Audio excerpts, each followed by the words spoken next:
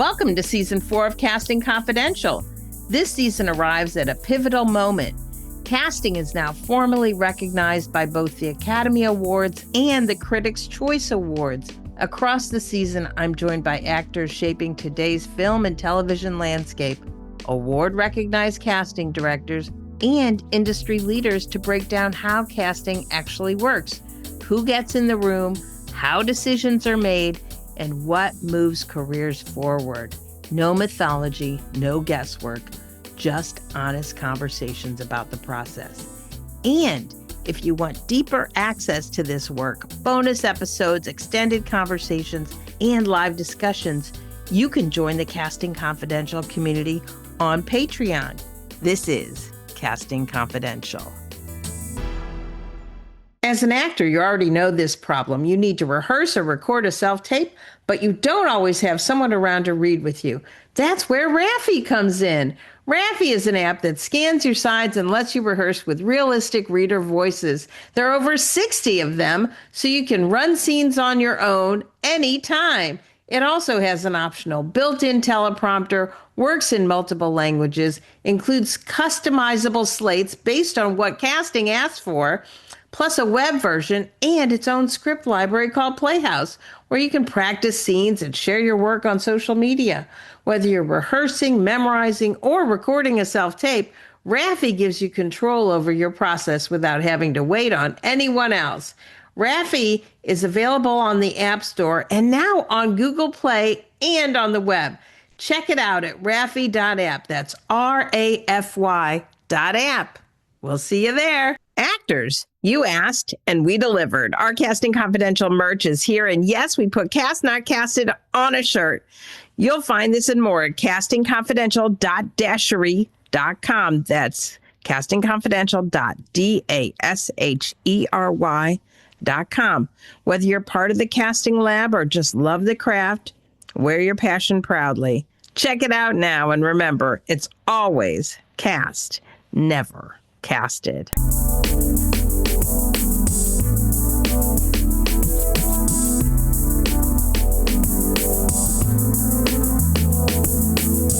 Welcome back to Casting Confidential, the original unfiltered casting conversation. No mythology, no guesswork, just honest conversations about how the business actually works. I'm Rosen, and today we're bringing back one of our most respected casting directors working today. It's Vicki Thomas.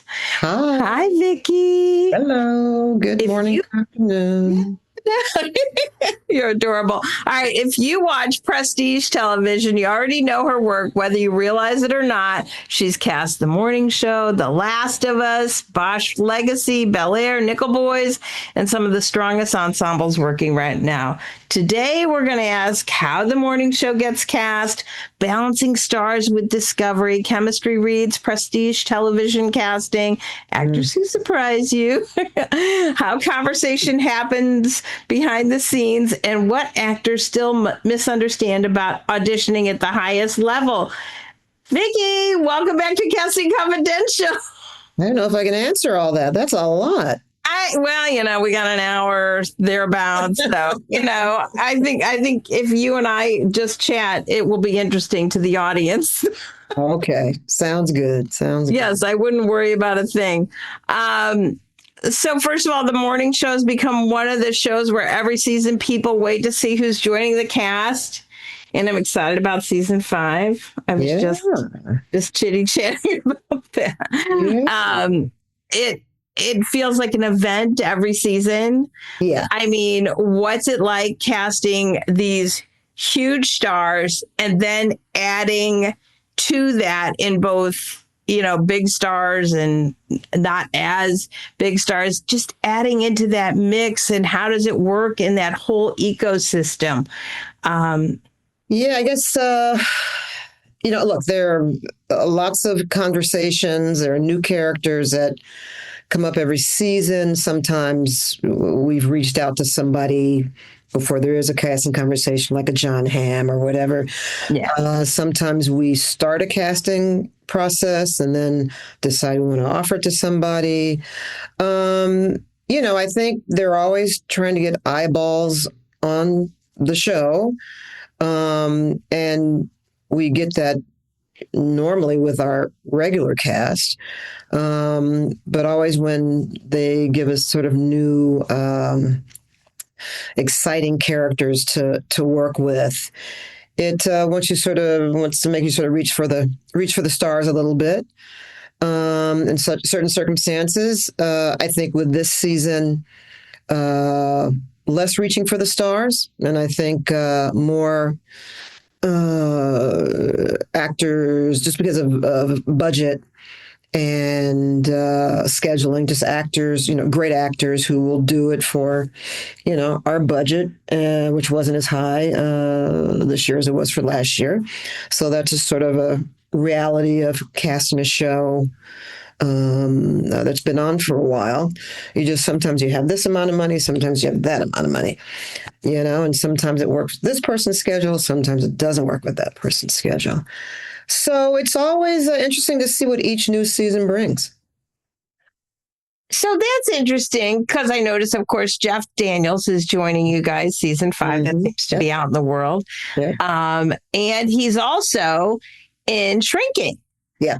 So, which another Apple product. So I'm wondering if we're kind of hearkening back to old Hollywood when the studios, had this amount, like with budgets the way they are, maybe doing 2 shows in the same company, maybe that makes it more financially attractive. What do you think? Yeah, I think, look, sometimes actors, hey, I do the blockbuster to pay the bills and I do the independent movie to feed my artistic soul or whatever. So right. I think an opportunity came for Jeff, who's like a fan of the show, to be a part of it. And it wasn't going to take too much of his time. And he was working on Shrinking, which didn't bother us. So he has another gig. I'm sure we'll find other gigs. And it just sort of fit in, even though it might not necessarily have been something he'd do for a certain price. We made it work for him with lesser number of days. And so I think people can, I think they'll jump in to a show that they like and that they want to be a part of. And if it can work out, like I said, scheduling and money-wise, however that calculates itself, I think. Luckily we have people who want to be a part of the show, and so that helps us. Well, it's a great show. So, yeah. Great show, great cast. Yeah. I mean, so who can we expect that you might be able to talk about? Did you discover a bunch of new actors this season? Did you find some from previous seasons that may have worked? I can't say. Okay. Cannot. Only Jeff Daniels is all we can talk about. We always, What do you got? Well, no, we always, I'm always, there are actors who are not necessarily in the starring roles on the show. Some new people that we found that I like a lot, and you hope that they pop in some sort of reason. I guess maybe the biggest, she's not like a non-name, maybe the biggest or the flashiest addition to the show might be Renee Rapp. So that was sort of exciting. Yeah. Sort of some new blood. Yes. Into the show, and sort of some sort of exciting you sort of don't know what's going to happen. She's sort of quality, a little dangerous. So that was really nice to sort of add to our mix. Does that intrigue you over seasons of casting the same show, like The Leftovers, like The Morning Show, like when you're doing the same essential characters and then adding people into the story? Like, that must be so much fun, right? Well, it's like you sort of at the beginning of the season, you go, well, like, what don't we have? Like, or, is there an audience we want to reach out to? Do we want to expand our audience? What are we doing? That's sort of the first thing I try to talk about when each new season starts. What are we trying to do? What, can we expand a younger audience or that audience or this audience? And just to sort of bring new eyeballs on, you know? So it sounds to me like you speak more producer than most casting directors, right? That you're talking about now, you're talking about audience, and like many of us get a character breakdown and work Yeah. with that. But Yeah. it sounds like there's this back and forth. Yeah. Tell me more about that. Well, I mean, I come from I didn't really come from a casting background. I mean, I was in film school. I was in the directing program at UCLA. So my overall sort of take on a project isn't just sort of limited to casting. And it's not like I'm writing it or I'm directing it, but I'm just sort of looking at the whole and how to make the casting work in the best way for the whole and for what you're trying to do that season. And, what are we talking about? What are we trying to say? Or so I've just always come at it from sort of a filmmaker's point of view. And I feel like as a casting director, I feel like a fellow, I've said this many times, like a fellow filmmaker. And I have a lot to offer, just beyond just here's the day player for your, policeman number one. I just have I have a point of, I have a point of view and a brain and, opinions. And, if they're wanted, I will share them. Yeah, that's always a point to. Yeah, if they're wanted. If they're wanted, probably they want them from you a lot. I mean, yeah. You've had a few things. You've had a few things. So, are you like, obviously you're involved. Are you talking like to the writers, like saying, I think maybe we need younger, older, this, that, are you actually talking to them to help shape the tone of the season before they're even writing? This is so fascinating. I've never heard anybody talk like this. I mean, I don't know if not necessarily before the season, but as the season progresses, I'm lucky enough to be in a room with, our head writer and showrunner, Charlotte Stout, and with Mimi Leader, our producer, and, with Kristen Hahn, our producer, and Michael Ellenberg, our producers, and we all get on a Zoom and we talk about what we're trying to do. And if, Charlotte may say there's this new character coming up, blah, blah, blah, blah, blah, send me the scene, and I'll go, okay, so I'll write her and say, so what are we doing? What is this? Who are they? Just from not just they have to communicate this information in this scene, but who are they in relation to the show, the season? And, luckily, I think they respect me, I respect them, and they value my opinion. And, I want to do what's best for the show and for the character. So I have to say, it's a very, I'm lucky to be very involved in how the show takes shape. And I don't want to say that, I don't want to give myself too much credit, because there's obviously a lot of people that help the show take shape. There are, but it's nice to hear that somebody's listening to casting. Yeah, no, we talk. They do not shut me up, and I just say it's a collaborative thing. So I appreciate that about the show. Creatively, it's very collaborative and exciting, because I think they're trying to go for deep characters and that have a history. And so it's fun to be able to talk to them about all that. You don't necessarily get into that with every project you do, Right. It doesn't get that deep. Yeah, no question. Do you cast the entire season before you're before you're shooting it, or you're working through the shooting, casting everything? Oh, we're never that organized. As a production, we are never that organized. Never. Well, I don't think any production is. Let's face it. Let's face it. No, we started casting a couple of major roles before the, obviously before the season started. And yes, you do start before you start shooting. It just seems on this show, it's a lot of stuff happens at the last minute, and you know, it's a complicated show. It is. Yeah. I mean, Lord, there's so much going on. And there's a lot. And dealing with people's schedules and blah, blah, blah, blah. Did I answer your question? I can't remember what that question was. Yeah, no, who knows? Do you think, this is interesting, do you think prestige television has changed in the last years? Because obviously, I think as audiences, we feel like there's a lot of film people that have come over to the TV side. And do you think that gives a level of, are they expecting more? Are audiences expecting to see a film on TV, or more than a film? What do you think? Yeah, I think so. Look, as fewer movies get made, there are fewer jobs in movies in front of and behind the camera.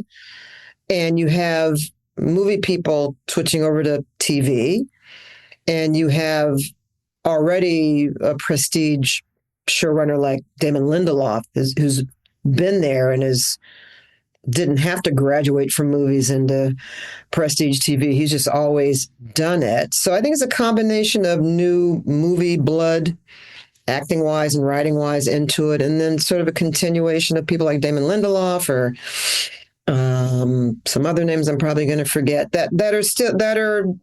they're like prestigious television writer producers. But on a very practical level, I just think more people are doing prestige TV because there are fewer films being made, and there are more outlets, and streaming and all that stuff for people to get more opportunities for people to get work. Well, I might as well ask you, what do you think is the future of TV? I have no clue. Look, it's a tough time in this business for a lot of people, a lot of actors, and it's been great for the morning show and for other shows, I think, because you get people who don't normally do certain things or a guest star spot or whatever, who are going to be open to it because of the show it is, but also just because of the way work is today. So in terms of future, I hope more movies start to happen, and we get more, but let's produce more material for people to watch, whether it's TV, movies, or whatever. So, but I don't have a crystal ball. I'm constantly asking people like, what do you think? Like, I'll ask agents because maybe they'll have a different sort of take on it, or coming in from a different angle. What's happening, and I don't know quite what to say and what's going to happen in the future. It's a real shift, that's for sure. And we'd love for everybody to work, wouldn't we? Yeah, no, it's that's all we want. Yeah, and to work. How about working in the United States, or working in LA, or working in New York? Where you live. Yeah. I think that's a big thing. A lot of people like to wake up in their bed and actually drive to the set, as opposed to, being shuttled in the van, whatever. But anyway, I have high hopes for New York. I think they're building a lot over there. That's great. May be helpful. I mean, I don't know. But so one of the conversations we've had before, the one that becomes even more nuanced over time, it's authentic casting. I love to talk about that.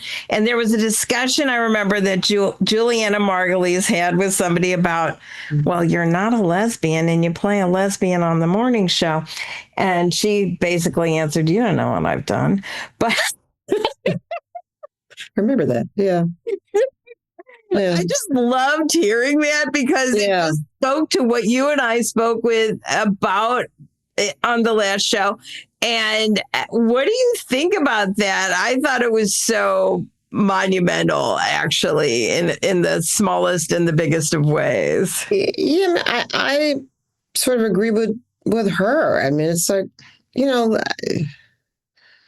yes, I want Right. everybody to work and the best person who's best for the role, and it's just It's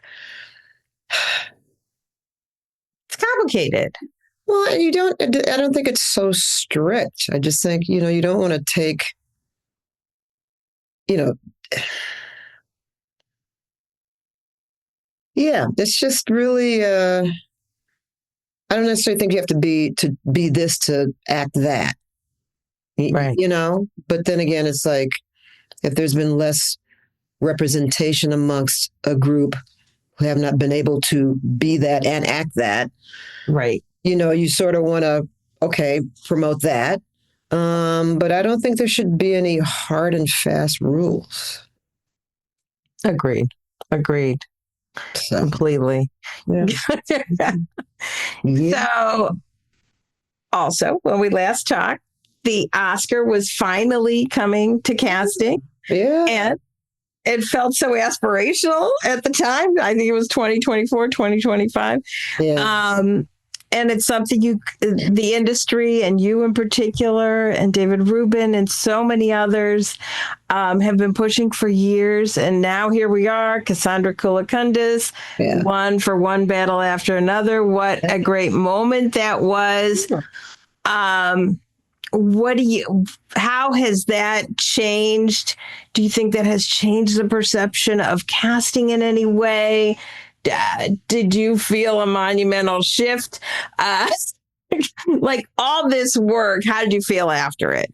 I think it was great. I mean, I think it was sort of, just rewards. I mean, I think it was an acknowledgement. It was a spotlight put on our profession and how much we contribute and have contributed for years to the art of motion pictures. And, sometimes your contribution is more than on another thing. And, it's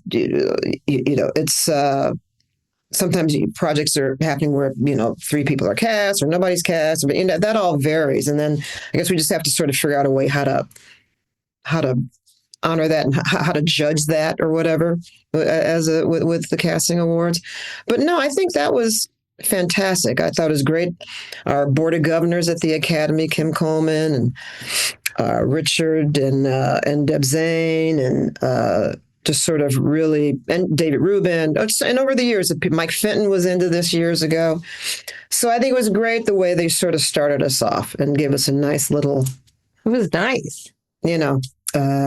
Introduction and, and now it can go back to being something that's, okay, yeah, that's the usual thing. Not like, oh, here's a special thing. No, this should be honored every year because of our contribution, just like a costume designer or an editor. But we're a part of that. So I think it was really fantastic. Yeah. And congratulations to Cassandra. Yeah. And all the nominees. All those films are great. Yeah. I spoke with Nina during the during the process. It was wonderful. Yeah. She's the greatest. Yeah. Yeah, exactly. But and you've won Emmys or a Emmy, I think. Yeah. I've won an Emmy. It's Anne Rose. And Emmy. Sorry, Vicki. What you win an Emmy for? Tell me. I am lacking information. I'm kidding you. I'm kidding you. It was nice. It was good. It was, and for that project, I really loved working on Watchmen. And there's something else. Wait, there's what? There's something else? I can't remember. I don't know. Can't remember. I'm ill-informed on this. Okay, it's all right. No, but that was. I think it was the first one I won. That was great, and because I love working with Damon and that show I loved. So yeah, it's nice. A cool show. It's acknowledged. It really is. It is. Yeah. But also nice to just work in a way where people are listening to you on the daily, right? Yeah, that's lovely. Yeah. That's Yeah. pretty darn lovely. I think that's more so than awards, but who am I? Yeah. Who's um, yeah. So what makes you fight for somebody who has no name particularly and you just love them? What about, this is definitely for the audience here. What about that performance is going to make you stop and say, you got to see this one? I mean, it's because it's good. It's like, I mean, it's like, yeah, it's You're exactly, this is it's exactly good. what I say. It's like, you don't have to be a rocket scientist to know what we do. It's obvious when you see the good one. Am I wrong here? Yeah, and sometimes you could somebody surprises you, but no, look, if you're able to really push someone through just for their the great audition and hope usually auditions that they did, and you're not required to necessarily just cast someone that might be more recognizable. I mean, it's a great opportunity just to sort of put somebody new into the bloodstream. It's just let's make this person the next, you know, Daniel Craig, whatever. I mean, you got to keep replenishing the absolutely supply. Yeah. And it's exciting to introduce new talent, and that's sort of one of the more fulfilling things I think we do when we're able to give somebody their first this or that, or their big shot. I mean, that's what I mean. It's all exciting, but that especially. Do you have some tea to spill? You want to say who you feel like you gave their first shot? I mean, it's the whole. No, you know this too. Yes, there are a lot of actors. There are actors who you see, and you go, "Oh my God, they're great." Didn't get that one. We had to go with this person for that reason, and oh my God, can we go? No, we have to get somebody who has a name, or we have to get somebody who's taller, or whatever the thing is. So I don't. That's sort of who did you sort of discover thing, which I think is sort of what you're asking. Is sort of tricky because I'm sure there have been a string of casting directors who wanted to hire that person. Right. And then I think a lot of it then is just like, oh, okay, timing, right part, and they were ready. So it's not like, and luck, maybe a little bit of luck in there thrown in. Yeah. So, I mean, it's just, look, the Chad in 42, or even going back to Lolita Davidovich and Blaze, or going back to, it's just, if you're able to discover someone new or give them that opportunity, you're just happy. But like I said, before me came several casting directors who wanted to cast them too, and it's just timing. Do you think instantly when somebody is going to become a name? I don't want to use the word star. That feels, and becoming a name also feels a little heady nowadays. I don't know. That. I mean, sometimes, yeah. Yeah, it's interesting. There have been other people when someone's walked out of the room, like Quentin Tarantino would say, he's going to be something, and I thought so, but to get it sort of verified by Quentin right there made me go, like, it made me oh great, so I'm not okay, so my instinct is right, right, but I don't know if I've ever said that out loud. He's going to be a star or whatever. Right. Quentin said it. That's interesting. You mentioned Quentin, and you worked with Tim Burton, of course. Yeah. And so you've worked with some quirky ones. Yeah. I'm attracted to that. Yeah, and it's interesting to me because to talk with you're pretty buttoned up in a lot of ways. I mean, I see your creativity, and maybe it's just because we're talking publicly.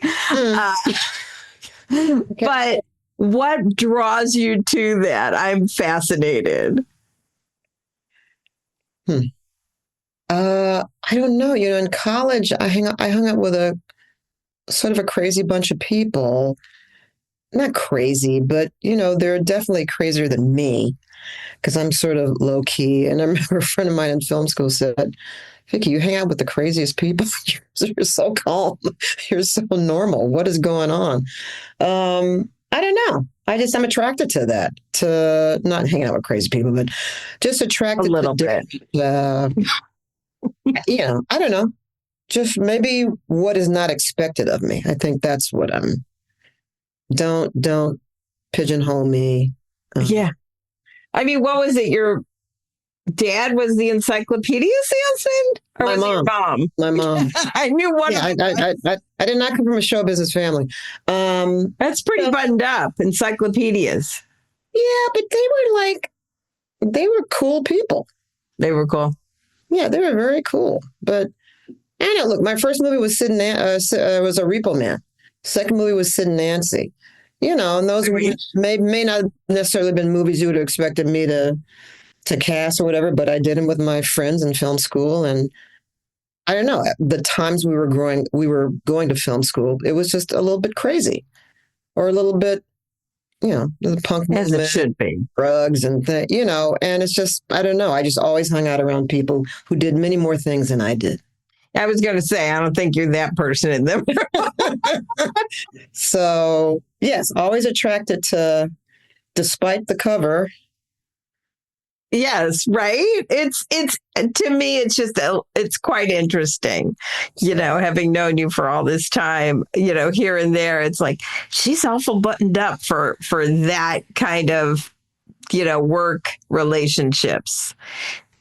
Maybe I'm not so buttoned up. It's possible, but we could talk later about appearances can be deceiving. But anyway, yes, we can talk about that later. So, anyway. Yeah, I mean, appearances can be deceiving is very, standard casting kind of thinking also, right? Yeah. So what do you think is harder, finding a lead or finding a supporting role? Finding a lead, probably. Do you think that you're spending more time pushing lists and papers and that sort of thing than actually auditioning people?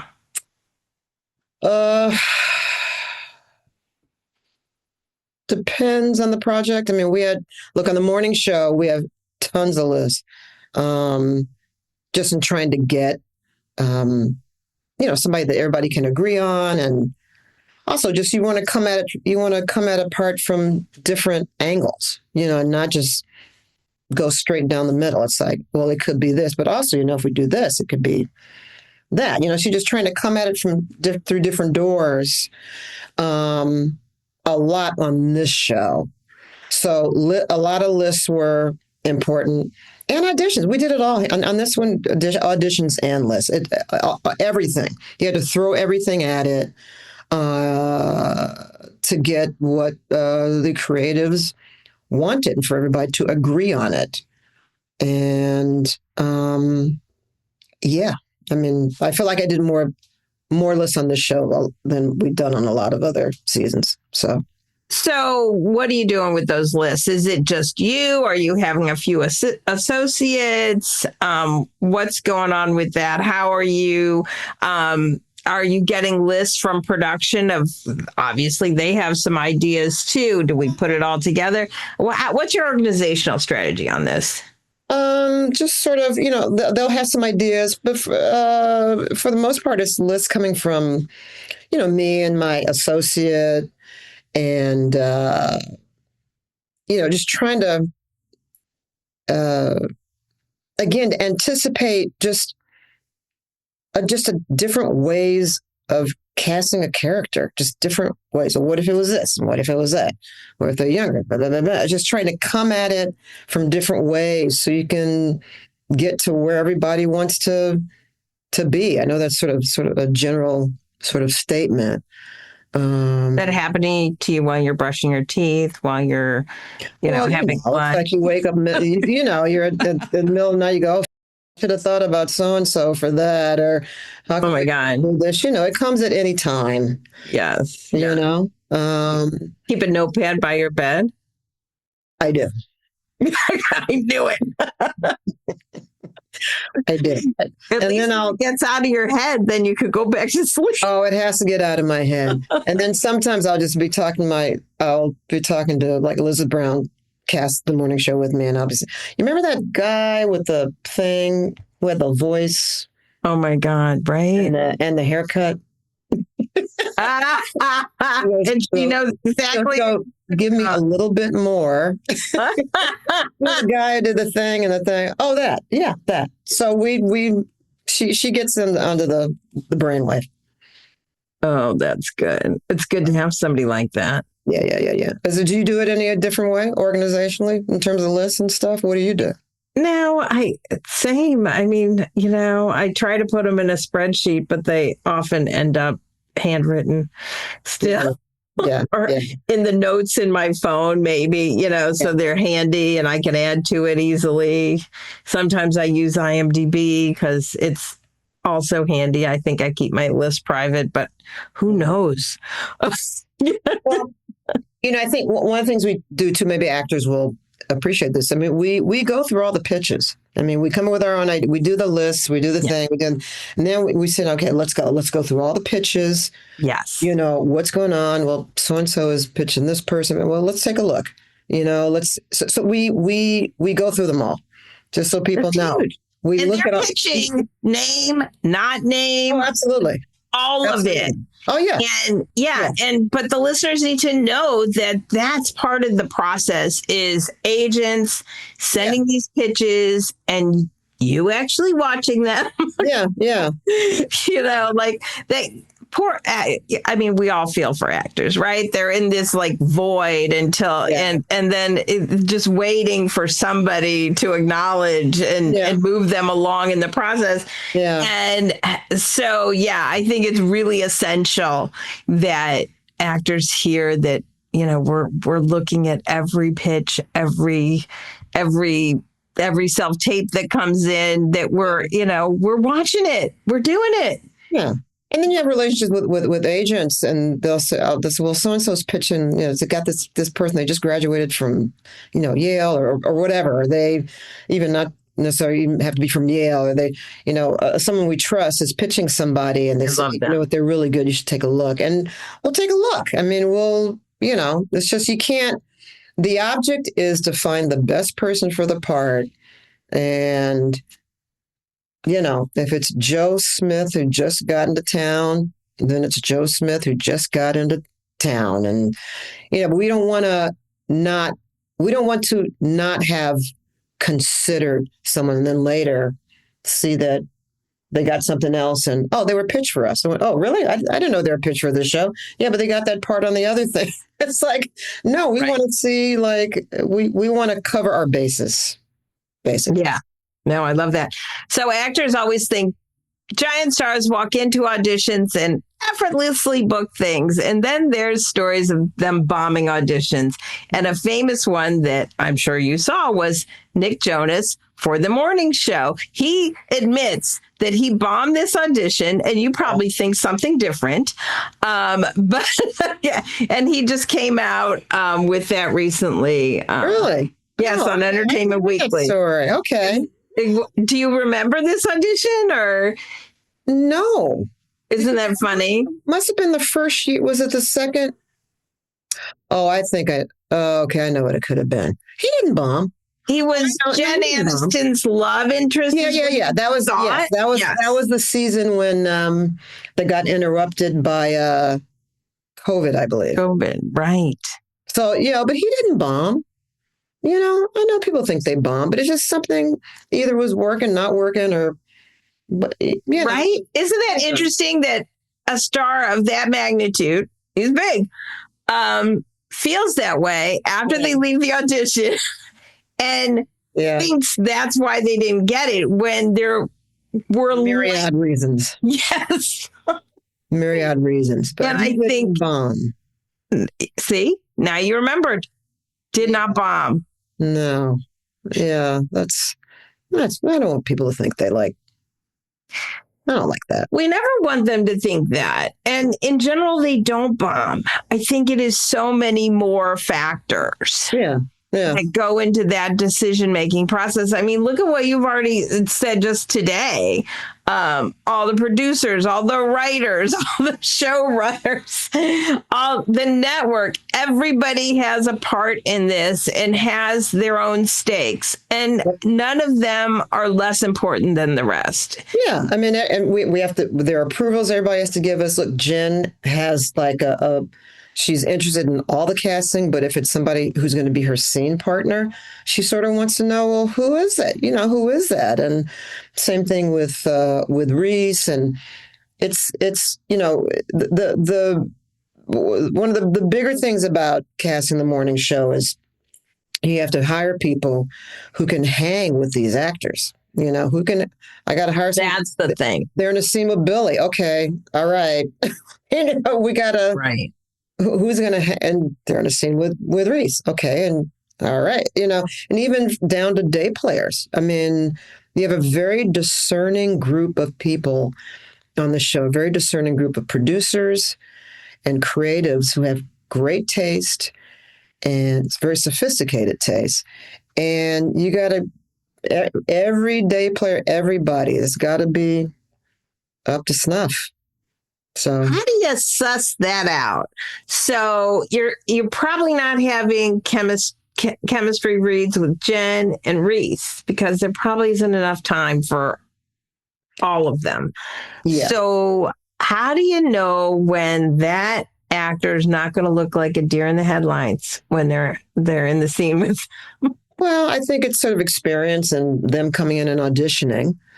And if they act like a deer in the headlights in here, then not such a great thing. You can be intimidating. I've been told. Do you think your audition room is warm and friendly, or do you feel it's like all business? No, I think it's warm and friendly, but I think people are still intimidated. And I just try to get that. Yes. I just try to say, look, just come on in. I want you to get the part. Let's just, Right. And then like my room, I am so friendly, right? All smiles. So then everybody leaves thinking they have it. So that's bad too. Sometimes because I read with all the actors and it's, sometimes you sort of, how do I put it? Test them, sort of push them to see how intimidated. Do you give them a lot when you're reading, or are you pretty much just reading? What's your story? No, I give them a lot. You're giving them the full. Sometimes they're not expecting it. I remember reading, oh God, now I'm going to forget her name, who's great. Comedian, Saturday Night Live. We just cast her in Barbershop. Black comedian. She just left the show. And forgive me, it's not that I don't know who she is. Just my brain is not quite working. But anyway, she came in and read. It's like 5 or 6 years ago. Came in and read for a part. When we started the scene, I looked at her. I said my line, and she went, "Oh, you're not playing." And I went. She said, "Oh, okay. Let me get myself together." And she had to go and get herself together and get her line. Yeah, she said, "Oh, you're not playing. Okay, let me." She came so funny, winging it, and she came in like 5 years later. She goes, "I'm so sorry. I was." She apologized because I love that. Yeah, she was sort of embarrassed. You're not playing. Yeah, that's so great. But you were in the director's program. Have you taken acting classes ever? Yeah, I did some acting classes, and also at UCLA at the film school, we had a class for future directors on directing actors. And Delia Salvi was the instructor in that class. She was an actor studio member, and she was tough. I mean, if she could make you, I'm not saying she wanted to make you feel small, but she was she did not. It was the time. She did not ease up on us and our directing of actors and what she thought about it, and putting us in a scene so we can know what it's like for the actors. But she was a pretty tough teacher, but it was good. It was really, really good. Yeah. So I bet. yeah. But you never acted, right? Outside of done a couple of things in some films that people have asked me to be in. No way. Mhm. I did not realize that. What have you been in? Tell me everything. Tell you. Please. If you tell me after the show, I will be very excited. I'll tell you after the show. Oh my God. Yes, I had no idea. That's so great. Anyway. I have to tell you this. I just did this show called Nemesis with Courtney Kemp, and read with all the actors, and there's the one role of this character of Nightmare, who's like the criminal father of a cop or whatever. And I was always reading that with the actors, and we eventually cast someone for that part. And I saw her recently at the premiere. She said, "You were still the best Nightmare." I read the nothing against the guy we cast, but because she didn't really mean that, but she was. Oh my God, that's so great! You were the best. You were the best. You still have your office in Beverly Hills. This is it. Look, this is it. I was just going to say, describe what it's like to come to a casting with you. Well, you come in. You open the door. No, you come in. Sit down. We greet you warmly. You got an assistant outside. In. There's how many people in the waiting room? You don't pack it in. No, not unless it's kids. Sometimes that happens. Oh, the kids are a nightmare. That's a lot of people. But hopefully they come in and hopefully make them feel comfortable. It's hard auditioning. Mm-hmm. It's hard. It's a hard job. And, since the pandemic and a lot of times people come to my office, it's the first time they've been in office since before the pandemic. Right. I know some of these are veteran actors and they're nervous. What do you think about that? So, with self-tapes being the norm now, and you, I think personally prefer the in-person, that's clear. Yeah. Some actors do. There's a lot of actors coming up that may never have an in-person audition. That is true. What do you think about all of these changes in that regard? I think some of them are positive just because we can see more actors. Right. Gives more chances. More chances to more people. Or you can check somebody out that you might not have had the time to check out, and you can go, oh, okay. But I think the in-person vibe thing is sort of important for me, especially as you get down to final casting. It doesn't have to be for every part, So I think there's good and bad, but I've had in-person sessions. I've never stopped having in-person sessions, right? Not for every role, but for when it gets down to important, parts and for people reading together. I prefer that, but I understand what the advantage is. I get it, and you can sort of see on screen sometimes some people pop on screen and some people don't. And in the end, that's sort of what we're looking for as well. So self-tapes can be helpful in that. And in that regard. No, for sure. It's an on-camera, we get to see them exactly how they'll end up. Not exactly, but on the screen and see how they relate there. It's just you and a cameraman? Are you running the camera and doing the sides? No, it's me and my associate. I'm reading with all the actors. My associate is usually shooting. And that's about it. That's it. Unless you're in obviously a producer session and yeah. But it's just the three of us, and you just try to make it like I said, just make it comfortable for people and just do it again. Get over the nerves. Let's just get one out. So you can just sort of say the words out loud, and then sort of let's just do it again. Give a little adjustment, and so hopefully making them comfortable. You generally give everybody a couple of takes? Yeah, I do. And if somebody's sending in a self-tape, do you prefer them to send 1 or 2 takes or no 3? more than 2. No more than 2. Yeah. But they should be different, right? Yeah, or some other little thing. And if there's something else I want to see, I can say, well, I want to make an adjustment. So let's Zoom with them. Either we bring them in or let's Zoom with them. I want to see how they handle this. I like that. This note, So what do you think about this term they throw around way too much? Make a bold choice. Oh, that. I would just say make a choice. Yeah. And be able to pivot if asked. So, yeah. And maybe at some point during an audition, if you're looking for somebody to test them or see what they can do, you can. I've never actually used that word, make a bold choice, but you can say in one way or another, make a bold choice or just make another choice. Change it. Yeah, in some sort of way. Let me just see what they come up with. And even if it's not maybe what you wanted or whatever, that's fine. But I just sort of want to see sort of what they're made of. What do you think is some of the biggest self-tape mistakes you see? I think we should be able to hear you and see you. Mm.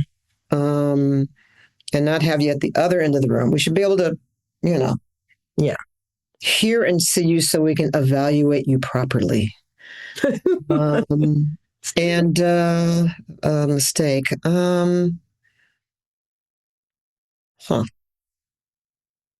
Not too many props. Okay, that's a good one. Not too many. Yeah, I think. What about you? What do you think? I'd go with that. I think I would say they, generally speaking, are too big.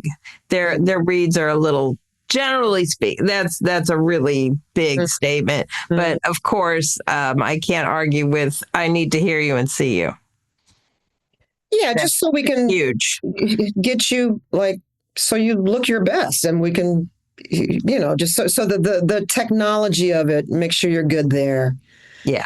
Just so we can see and hear you, and if you're going into a Zoom audition, test your stuff. Yeah. It's hard for everybody. We have to test our stuff. Sometimes our stuff doesn't. Oh my God, technical difficulties. So we understand. They used to keep me up nights when I was in the room. Yeah. And now I do these live podcasts, and then I have mic failures, and I'm like, anyway, these kinds of things do happen. They happen. Yeah. But it's hard to come back from sometimes. Yeah, but I'm trying to think if there's something else unusual that's happened with a self-tape or something that something different that I can advise. But I think you can come into the room and be too big. You know what I'm saying? So it's that's true. It's just sort of technologically make sure we can see you, hear you, and give me a couple of takes. I like that. I see that a lot. What do you think may be the most underrated actor quality? Wow.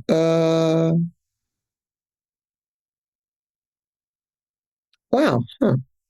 It's a little nuance you like to see, either in their business or on the screen, or the way they treat you, the way their performance is, any of it. The most underrated.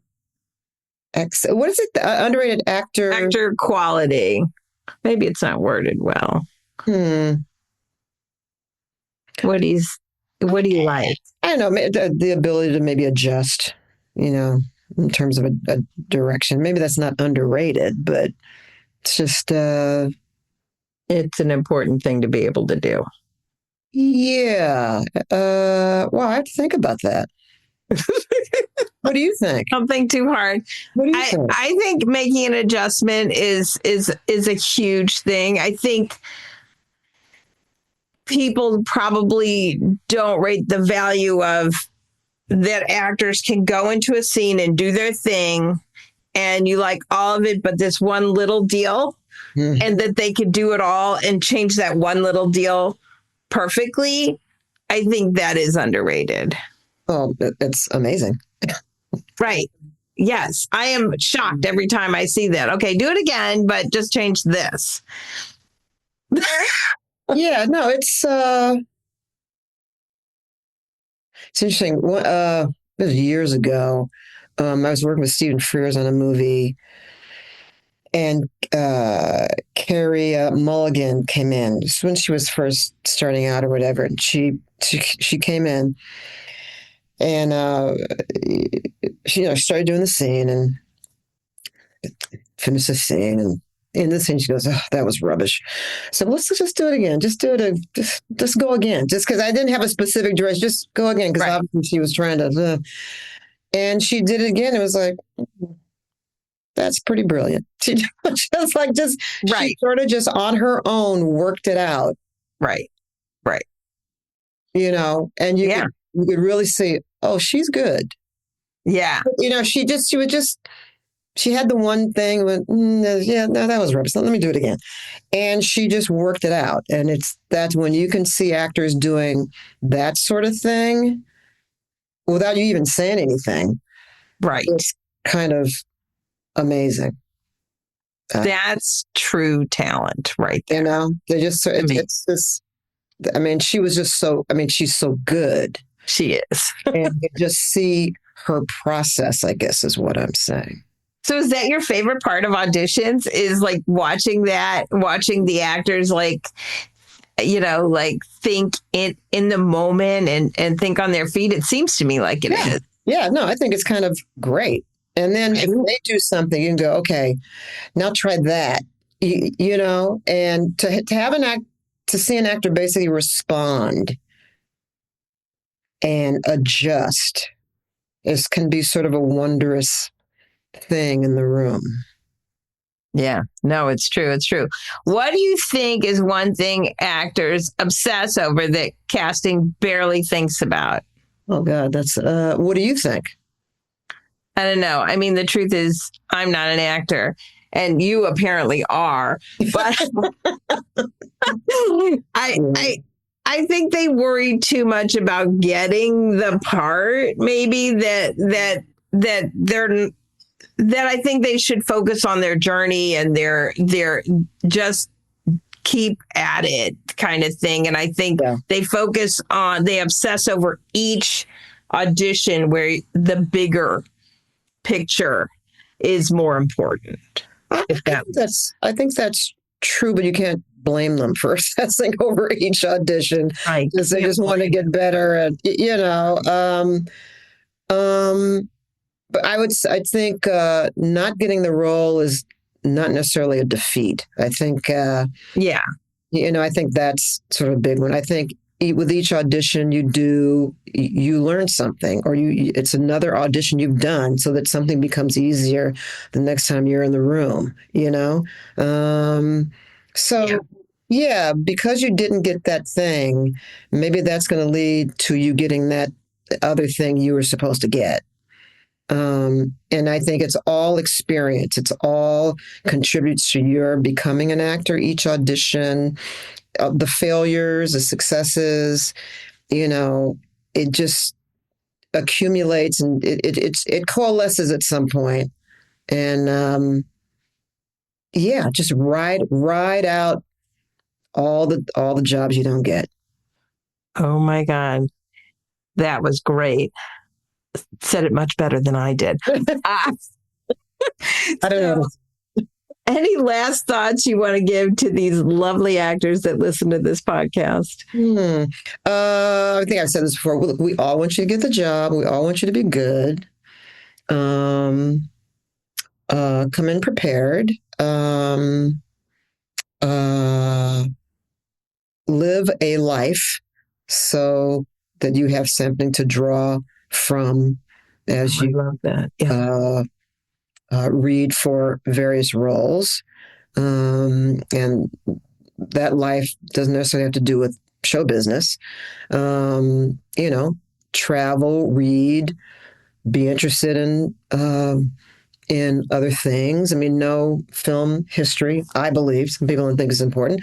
Know film history, look at other actors' careers and see who you would like to emulate. Read about them. What did they do? A few things like that. Vicki, this is why actors love hearing from you, because you really pull the curtain back on how nuanced this process actually is. Not just talent, not just credits, but tone, trust, collaboration, instincts. It's all of it. Thanks for coming back. You're welcome. To nice see to talk to you, Rose. Thanks. I mean, I love getting together with you. We should do it, outside of the podcast. You got it. Next time I'm in New York or wherever. That's it. This has been Casting Confidential. If you enjoyed this episode, follow on Apple, Spotify, and YouTube. Share this episode with another actor. And if you want deeper conversations, bonus episodes, and live Q&As from join our working actor community on Patreon. Find the link in the show notes. I'm Rosen. We'll see you next time on Casting Confidential. Thanks. Well, that's it for this episode of Casting Confidential. If you want to go deeper, you can now join us on Patreon, where we're sharing bonus episodes, extended conversations, and live Q&As designed specifically for actors navigating the casting process. You'll find all the details at patreon.com/Casting Confidential. If you enjoy the show, please don't forget to subscribe, rate, and review. Honestly, it helps so much. And for episodes, resources, and updates, visit castingconfidential.com. I'm Rosen. Thanks for listening. See you next week. One of the greatest podcasts in television and film with Rosen CSA and all the friends. Bringing you Casting Confidential. Casting, that's essential. Casting, so eventful. Kinda tune in to close friends, chillin' with Rose. We call it Casting Confidential. Get a notepad ready, grab a pen and pencil. For magic to jot down, tell a friend too. A wonderful podcast in TV and film, we call it Casting Confidential. Let's go.